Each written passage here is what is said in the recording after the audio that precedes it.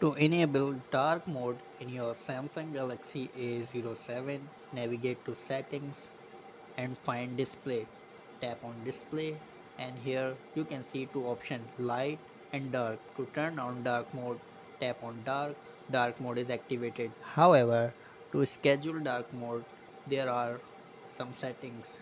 Tap on dark mode settings and here we can see two options, sunset to sunrise and custom schedule.